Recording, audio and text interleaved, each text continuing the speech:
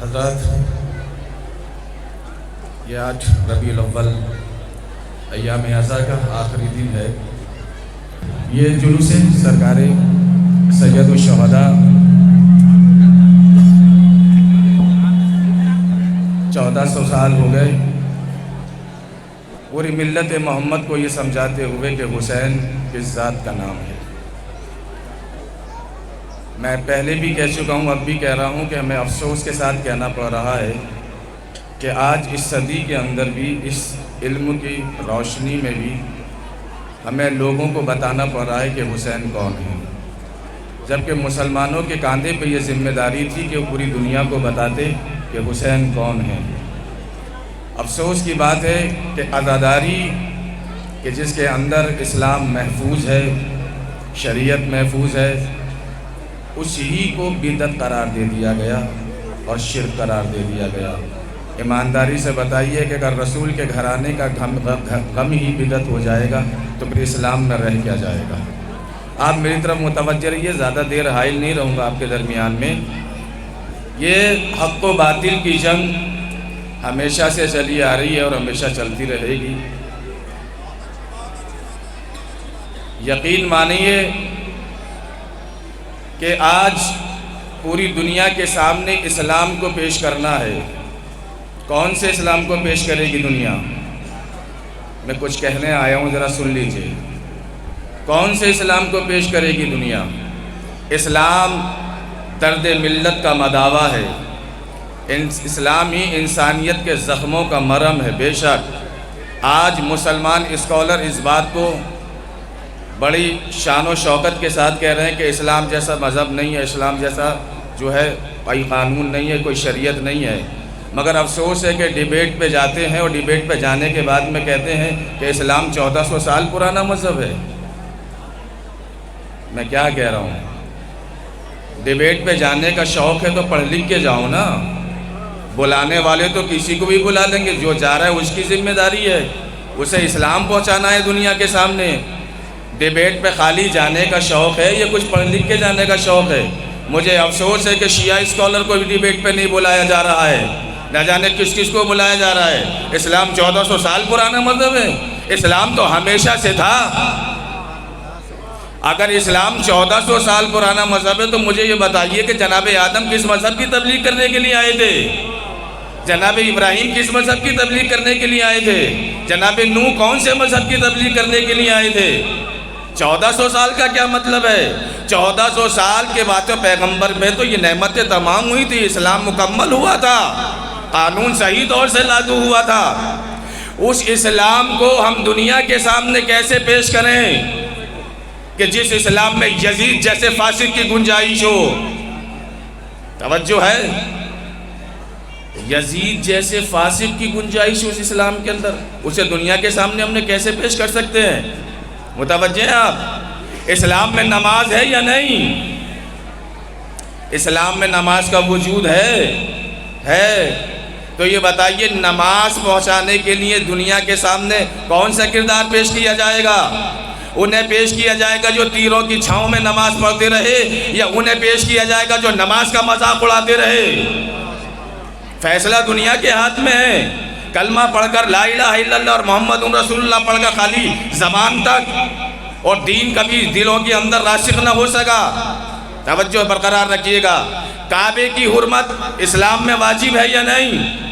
بالکل، کعبہ لائق احترام ہے، مگر کعبے کو پیش کرنے کے لیے کسے پیش کرو گے؟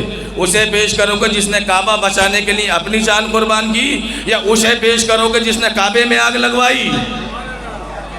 کون سا اسلام لیے پھر رہی ہے دنیا؟ وفاداری کس کے ساتھ ہے؟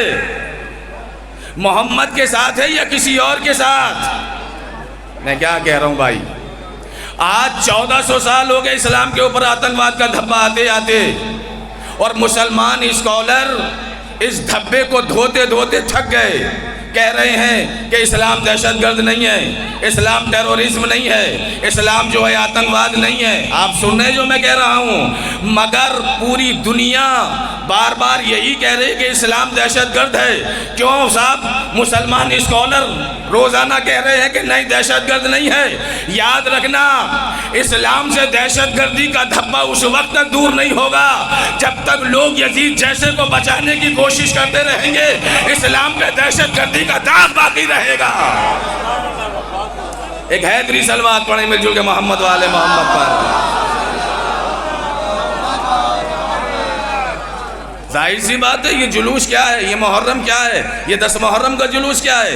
روڈ پہ نکلنے کا مطلب سمجھتے ہیں آپ؟ دہشت گردی کے خلاف احتجاج ہے. آج ہمارا پرشاسن ہمیں کوآپریٹ کرتا ہے، ہمیں شکر ہے اس بات کا، مگر ہندوستان کے ہر مسلمان کے اوپر آتنکوادی ہونے اور دہشت گردی کا الزام لگانے سے پہلے ہم اپنے پرشاسن سے کہنا چاہتے ہیں کہ جس سے بھی دہشت گرد ہونے کا تمہیں امکان ہو، اس کا ہاتھ پکڑ کے بس ایک سوال کر لے، اگر کربلا کے میدان میں ہوتا تو حسین کی طرف ہوتا یا یزید کی طرف ہوتا؟ بس سمپل سا طریقہ ہے. اگر وہ کہے کہ میں حسین کی طرف ہوتا تو اسے چھوڑ دیا جائے، اس لیے کہ حسینیوں سے کی دنیا کو کوئی خطرہ نہیں ہے.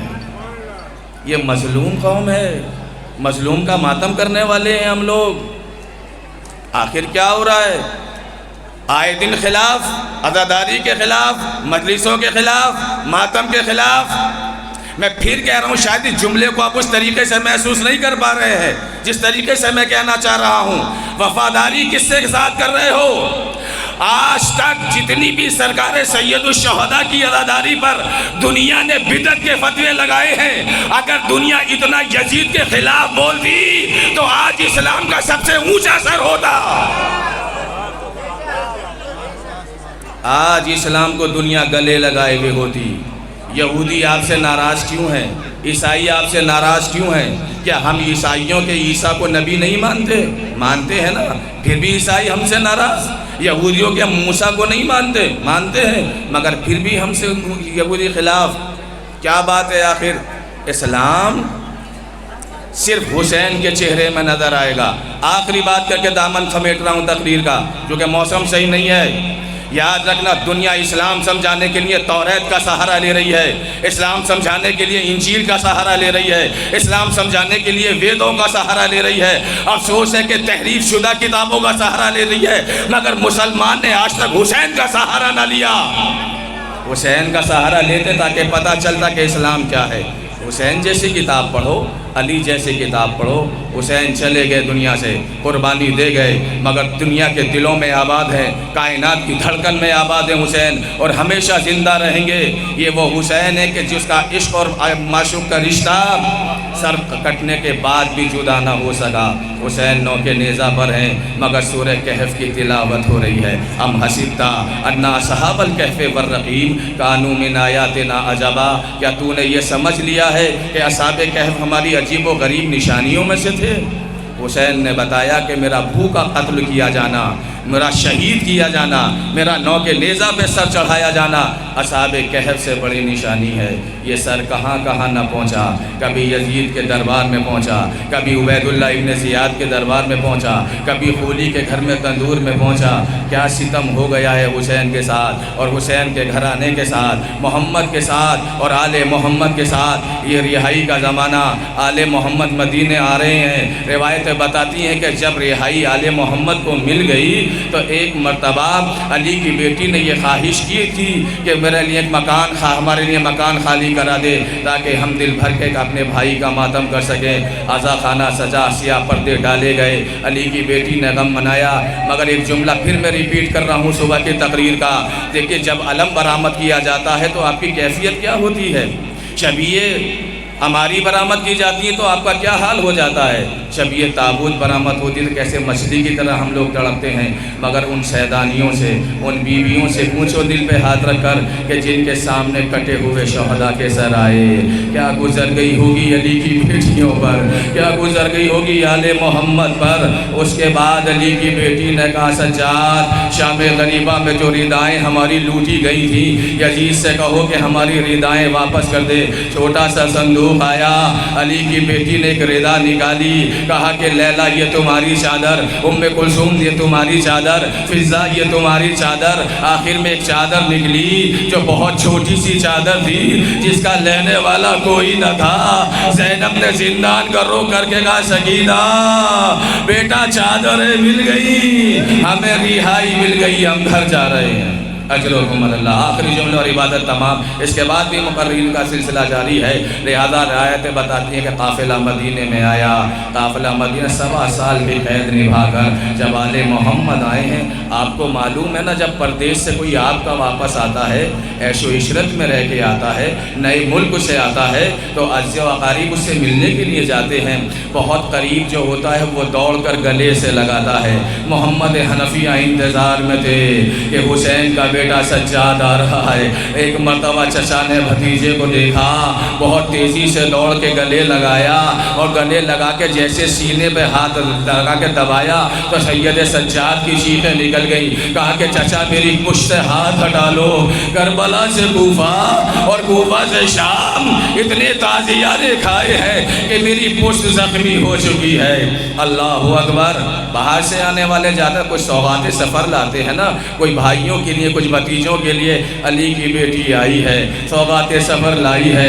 ایک مرتبہ روضہ رسول پہ پہنچی، دونوں ہاتھوں سے روضہ رسول کی چوکھٹ کو پکڑا، آواز دی نانا آپ پر سلام ہو، نانا آپ کی زینب آئی ہے، نانا قید نبھا کر آئی ہے، میں نانا سوغات سفر لے کر آئی ہوں۔ یہ کہہ کے گٹری کھولی، حسین کا خون میں ڈوبا ہوا امامہ نکالا، حسین کا کرتا نکالا، ذریعہ رسول پہ رکھ دیا، نانا زینب یہ سوغات سفر لائی ہے۔ بس آخری جملہ اور عبادت تمام کر رہا ہوں۔ جناب ام المنین کو کون نہیں جانتا ہے؟ جناب ام المنین تو مدینے میں رہ گئی تھی نا، جب قافلہ آ گیا اور آل محمد کو پہلی عید آج ہوئی ہے مدینے کے اندر، تو جناب ام المنین ایک کام کرتی، روزانہ جنت البقیع میں جاتی تھی اور چاروں بیٹوں کی قبریں بناتی تھی۔ ایک قبر بنا کے کہتی تھی میرے لال میں تجھے نہ رہوں گی، تو عالم غربت میں ضرور مارا گیا میرے لال۔ ایک مرتبہ دوسری قبر بناتی تھی، کہ میرے لال تجھے بھوکا پیاسا مارا گیا۔ آہا زہرا کے لال سے زیادہ تمہاری جان نہ تھی۔ ام المنین جب قبریں بناتی تھی اور جب عباس کی قبر بنانی ہوتی تھی تو ام المنین کا ہاتھ رک جاتا تھا، کھڑی ہو کے کربلا کو رو کر کے کہتی تھی عباس مجھے یقین نہیں آتا کہ تم مارے گئے، مگر جب میں یہ سنتی ہوں کہ زینب کے بازوؤں میں رسن باندھی گئی تو مجھے یقین آتا ہے اے میرے لال اگر تم ہوتے تو کس کی ہمت تھی جو زینب کے بازوؤں میں رسن باندھتا۔ فَسَيَعْلَمُ الَّذِينَ ظَلَمُوا أَيَّ مُنقَلَبٍ يَنقَلِبُونَ۔